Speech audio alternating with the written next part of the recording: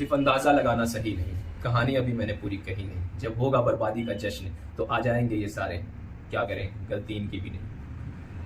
तो जी हाँ दोस्तों, एक बार फिर से आ गया बिग बॉस 17 के एपिसोड का रिव्यू लेकर। ये जो लाइन है मैंने बोली है, मुनव्वर फारूकी की बोली हुई लाइन है, और ये उन पर आज की सिचुएशन पर बिल्कुल सूट कर रही है। जिस तरह से घर वालों ने उन्हें घेरा हुआ था, उनको एक तरह से डिफेम करने के लिए, उनकी बुराई करते हुए बातें कर रहे थे घर में, वो देख के बिल्कुल ही अच्छा नहीं लग रहा था। एज अ ऑडियंस हमें बिल्कुल पसंद नहीं आ रहा था, और हम मुनव्वर को सपोर्ट भी कर रहे हैं तो वो चीजें बिल्कुल ही बुरी दिख रही थी टीवी पर।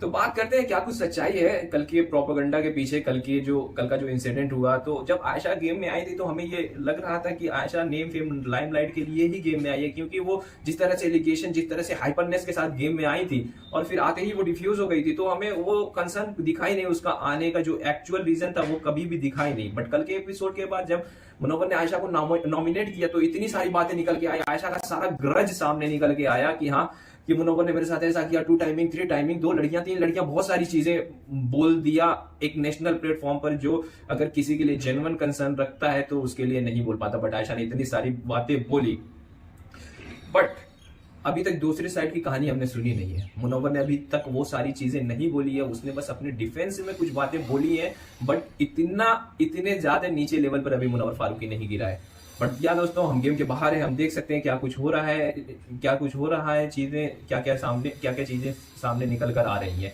तो एक वीडियो निकल कर आया है जिसमें एक लड़का है, वो बता रहा है कि मैं आयशा खान का एक्स बॉयफ्रेंड हूं। उसने एक चैट रिवील की है जिसमें आयशा खान क्लियरली ये कह रही है कि मैं मुनव्वर फारूकी का नाम लेकर गेम में जाना चाहती हूँ, बिग बॉस 17 में एंट्री लेना चाहती हूँ, कैसे भी करके मेरी एंट्री हो जाए और जो है मुझे थोड़ा फेम मिल जाए। तो उस लड़के ने आयशा से पूछा कि क्या तुम उस मासूम लड़के का नाम लेकर जाओगी, उसकी एक लाइफ, उसके करियर पे इफेक्ट पड़ेगा। तो आयशा खान ने रिप्लाई दिया कि ये बातें कुछ दिन में लोग भूल जाएंगे। तो ये था प्रोपेगेंडा। मैं वो वीडियो का लिंक डिस्क्रिप्शन में डाल दे रहा हूं, आप प्लीज देखिए। किसी की एक तरफ की कहानी सुन के एक परसेप्शन बनाना ठीक नहीं। जो ये वुमेन कार्ड प्ले कर रही है आयशा खान, हमें इस चक्रव्यूह में नहीं फंसना चाहिए।